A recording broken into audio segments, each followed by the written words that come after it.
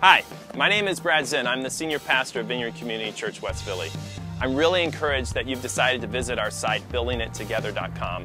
And what I'd like to do is explain to you a little bit about what this whole thing is about.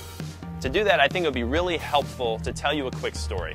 It's a story of Jesus early on in his ministry. He's out on the lake with a new friend named Simon, and he says, "Simon, cast your net over the side, see if you can catch some fish."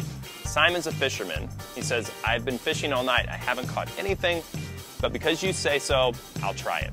So he throws his net over the side, and immediately hundreds of fish begin to fill the net, so many that it takes 2 boats to try and pull all the fish in. Simon has a moment. He falls to his knees, and he says to Jesus, "Leave me, I'm a sinful man." Now Jesus does something here that changed his life completely. He looked at him and he said, "Do not be afraid. I will make you a fisher of people." And there's 2 things there that I think are so crazily amazing. The first is he's embracing Simon. He's saying, "I know that you don't see much in yourself, but I see value in you." And beyond that, he's saying, "This is what you could be. I'm going to make you a fisher of people." He casts vision for who Simon could be. And for those of us who've been trying to follow Jesus, this is the experience that we've had. We've experienced this embrace and this promise of renewal in amazing ways. It's really changed how we view everything. It's changed how we view the city that we live in. This is a great place to live. There is so much to embrace in the city of Philadelphia. It's an amazing city.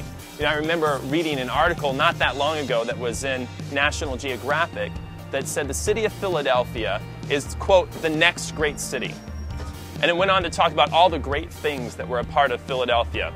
It started, of course, with the history of Philadelphia. You've got Independence Hall, you've got the Liberty Bell. Those are great and amazing things. But it said if you look deeper, you'll see even more. So one of the things they talked about was the mural arts program. How across the city of Philadelphia, there are 2,400 murals painted. It talked about great summer festivals like a Dundee where 300,000 people show up to celebrate. It talked about the Mummers. It talked about First Friday. And all of these things, cheesesteaks, are great, but it's just scratching the surface. There are 152 distinct neighborhoods in the city of Philadelphia, all teeming with life and culture and things that are incredible and worth embracing. National Geographic got it a little bit wrong. This isn't the next great city. This is a great city now. There's no place else we would rather live than right here. But let's be honest. As great as this city is, we sure face a lot of problems. Our educational system is struggling. Last year, there were 12 schools that were considered persistently dangerous. The economic situation is tough. We're approaching 11% unemployment. And if you live in a city, you've experienced crime. Maybe you've had your car broken into. Maybe you've been held up. Maybe you've had your bicycle stolen. All of these things are real problems. All of them are difficult. All of them together are overwhelming. But there's hope. I think the good news about this situation is that the embrace and the renewal that Jesus offers to individuals, he also offers to blocks, to neighborhoods, to cities. When Jesus looks at this city, he sees so much potential. I really believe he sees a city full of peace. He sees a city with a booming educational program. He sees a city with lots of economic opportunity. He sees people with a renewed spirituality. That's what we're hoping for. That's what we're looking for.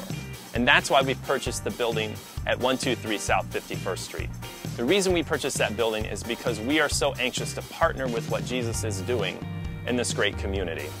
There's a lot of aspects to that. First of all, we're just excited to be a part of a real community rooted in the city.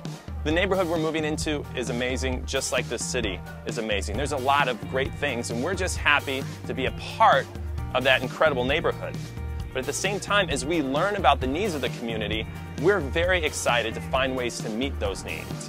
Whether it's after-school programs, we're very excited about the possibility of launching those. We're very excited about the possibility of offering opportunities to do economic development for young entrepreneurs. But it's not just what can happen, it's also what has happened. One of the great sources of renewal that we've experienced is spiritual renewal. And that's something we're hoping to offer to this city and this neighborhood and this community as well. We have so many stories of the good things that have happened in our lives because of Jesus. And this building gives us a place to celebrate those. This is going to be a community center, but it's also a worship center. a place where we can praise God for the great things that He's done in our lives. Well, let me just do this.